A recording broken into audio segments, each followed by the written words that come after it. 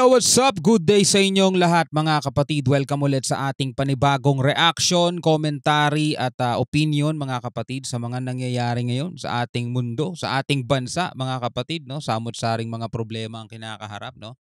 Pero habang ako'y nag-i-scroll mga tol dito sa YouTube, ay may nakita akong isang vlogger at meron siyang binibigyan ng reaction video. So hinanap ko yung video na yon kasi gusto ko rin siyang gawa ng reaction video mga tol, no? Eto, no, mula sa Chinese vid, yan, no? At ang title nito ay What Chinese Think of Philippines? Ask Chinese about Filipino. Street interview mga tol. Etong video to ay 2017 pa. So may katagalan na mga kapatid, no? Mga ilang taon na ba? 7, no? Mga 7 taon na nakakalipas mga kapatid, no? Si Duterte ang presidente nito mga tol. Actually parang 1 year pa lang ata siya nito. 'Di ba? Wala pa sigurong 1 year kasi June 2016 siya, mga ganyan, no? So wala pa siyang 1 year nito mga tol. Pero eto, meron silang disclaimer dito. Hello everyone, Chinese vid today topic is about what do Chinese think Philippines and Filipino. Ano daw tingin sa atin, no, ng mga Chinese, mga tol? We just did a street interview. Do Chinese people love Filipino? Do Chinese people know Filipino artist Bruno Mars? And so on. Check the video to know their thoughts and leave your comments. The opinion expressed in this video are those of individual interviewees alone and do not reflect the views of Chinese vid or the general Chinese population. So hindi naman daw ito yung nagre-reflect, no, sa pang-general Chinese population. Pero tingnan natin mga tol, ano ba ang tingin sa atin ng mga incheck, no? Ano ba tingin sa atin? Ito sa lugar to ng China mga tol, sa Chinese to. So bigyan natin to ng reaction video for the sake of fair use mga tol. Syempre, pinopost-post natin yan tapos nagsasalita tayo, nagbibigay tayo ng komento at yun nga ang purpose ng reaction video. Nagbibigay tayo ng reaction, no? Dumadaldal tayo. So para doon sa mga nagre-reklamo sa comment section, nakalagay po ang link sa ibaba. Pwede nyo siyang panoorin ng buo nang walang nagre-react, no? Sa mga hindi nakakaintindi ng ibig sabihin ng reaction and commentary, okay? At walang alam sa fair use ng YouTube mga tol, eto na nga, no, gagawin na natin. So huwag natin patagalin pa, panoorin na natin to. Hello， 大家好，感谢大家对我们视频的支持。我是 Marissa， 好久没见到大家了。今天我们就来做一个街访 Good thing meron silang subtitle, maintindihan natin. 关于中国人对菲律宾人的看法，菲律宾人怎么样？还有你对他们有什么看法？其实我以前一直以来的看法就是，一个小国，然后卖香蕉的。Sell bananas. 菲律宾，我就会觉得它比较 Have dark skin. Uy. 然后国家比较小。其实不是特别了解。 So hindi naman lingid, no, sa kaalaman nilang lahat na maliit na bansa lang talaga ang Pilipinas mga tol. Pero hindi naman dark skin. Well, kung kukumpara sa kanila, mga tisay itong mga to, di ba? Sa kanila nga nagmula yun, mga mistisa, mga tisay, mga ganyan, no, Chinese, no. Hindi, mistisa sa ano pala yun, Espanyol pala yun, no. So mga tisay sila mga kapatid, no. May mapuputi sila. So tayo mga kayumanggi, yun ang ating balat. 只知道好像最近菲律宾之前的时候比较针对中国做了一些政治上的不利的事情，然后不知道为什么 But these days they just calm down. I don't know why. Okay, balikan natin to. Tandaan niyo yung date, April 8, 2017, no? So parang 1 year pa lang si President Duterte niya, no? Sabi niya ganon, only a few months ago, it has a political issue with China.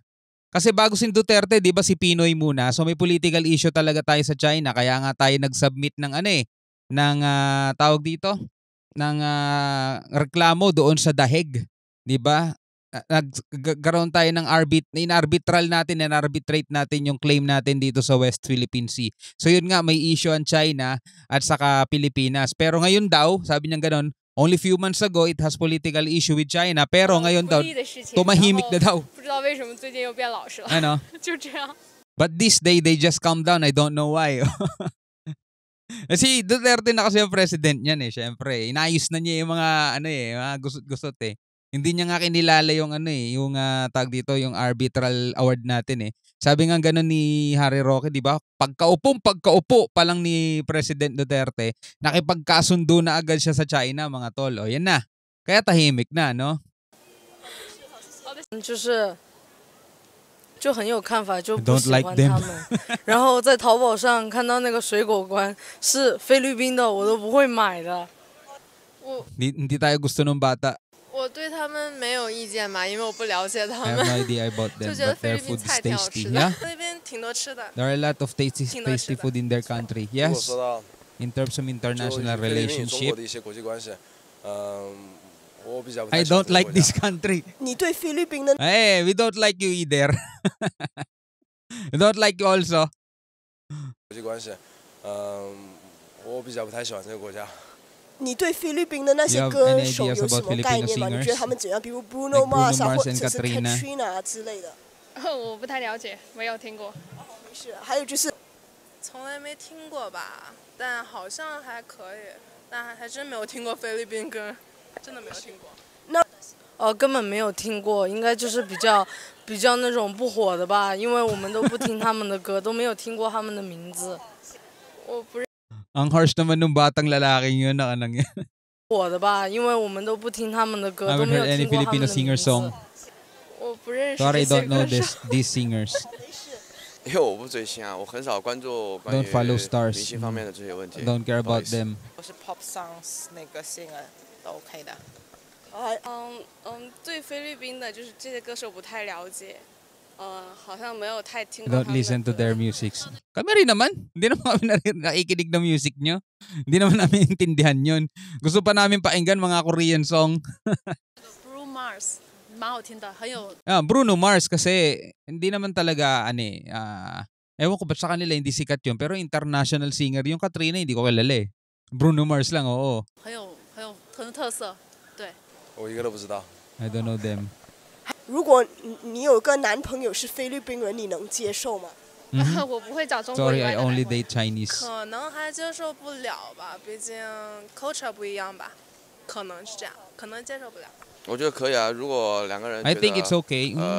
感 If 情 you 上 love each 没 other 有问 and 题， have 三观 mutual 都一致 values, 的话，我 good, 觉得 good, 没有 good. 问题的，因为爱情无国界嘛。不太看国籍之类的。 I don't care about nationalities. Good ka rin. 对。好的，谢谢你。 Oo, sa atin din naman mga tol. Kaya nga tayo nagkaroon ng Chinoy eh. Chinay, di ba Chinoy? May mga Pilipino tayong nakakapangasawa ng mga incheck at nandirito sila sa Pilipinas namumuhay. Kasi mas madali nga naman ang pamumuhay dito mga kapatid, no, kaysa dito sa China. 应该不会，因为我只喜欢中国人。对，我们是爱国的选手。 O yan o, I am a patriot, no? I support China. Dapat ganun din tayo. Hindi, pero pagdating sa nationalities kasi mga kapatid, hindi tayo pwedeng umano dyan eh. Yung tipong idamay natin yung nationalities, di ba? Hindi naman kasi nagre-represent ng buong Chinese nationalities yung ginagawa ni Xi Jinping. Di ba? Hindi rin naman nagre-represent ng buong Filipino nationalities yung ginagawa ng mga politiko natin dito. Kasi tayo mismo rito sa Pilipinas, mga tol, iba-iba rin yung paniniwala at pananaw natin eh, 'di ba, sa nangyayari ngayon dito sa Pilipinas. Like for example, maraming mga DDS, okay, na sumusuporta naman sa laban ng gobyerno sa West Philippine Sea. Hindi naman talaga sila yung tipong wala nang ginagamit na bait, wala nang sariling bait, wala nang sariling isip, na parang tao-tauhan na lang, robot-robotan na lang ng Duterte, mga kapatid. Na pag sinabi ni Duterte ganito, ganyan lahat sila. Hindi naman, no. Hindi naman ganoon. Meron akong mga kakilala, meron tayong mga kaibigan diyan na supporter sila ni Duterte. Ayaw nila kay PBBM in fact, pero pagdating dito sa West Philippine Sea na usapan, ano naman sila, makabansa naman sila, makapilipino naman sila, makabayan naman sila, na sila mismo willing makipaglaban kung kinakailangan at hindi sila papayag na ipamigay yung ating soberanya na inaangkin ng China. So mabuhay yung mga yun, mga kapatid, no? Kahit tayo, no, lagi naman natin sinasabi sa mga past review and reaction natin. Okay naman sa atin si Duterte sa ibang sa ibang usapin, sa ibang ginawa niya nung kapanahunan niya.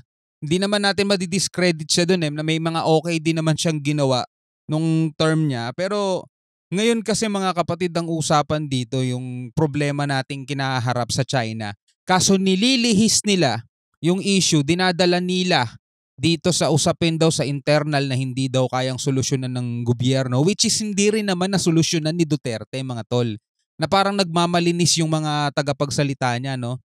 Halimbawa na lang si Harry Roque, 'di ba? Every time na magsasalita siya, lagi niya sinasabi nililihis daw ng gobyerno yung issue ng mga problema natin dito sa bansa para mapagtakpan kasi hindi daw kayang solusyonan ng ang administrasyon natin ngayon. As if naman na nasolusyonan ni Duterte yung mga problemang internal dati ng bansa, 'di ba? Hindi rin naman eh. 应该不会，因为我只喜欢中国人。对，我们是爱国的选手。我接受不了，我也不会有一个外国女朋友。是比较喜欢中国男生吧。我觉得这个主要看男生吧，就是不管哪个国家，就是你喜欢他就好，不是看国家。Okay. So hindi naman ganun kasama, no, mga tol, yung tingin sa atin ng mga incheck, 'di ba? Merong iba ganun magsalita, well hindi na natin talaga maaalis yun. May mga ganung tao talaga. Kahit naman dito sa Pilipinas eh. Kapag nagtanong-tanong ka ng mga ganon, 'di ba? Hindi naman tayo ganun kaano rin eh. May mga ayaw, may mga gusto. Well, patas lang. Well, anyway, ikaw bilang isang Pilipino, ano naman na masasabi mo sa mga incheck, no? Comment ka sa baba. Comment ka sa baba. Ano ang masasabi mo sa mga Chinese? Alright? Hintayin ko yung comment mo mga kapatid. Maraming salamat sa iyong panonood. Hanggang sa muli, ako nga pala si Shobal D. Peace out.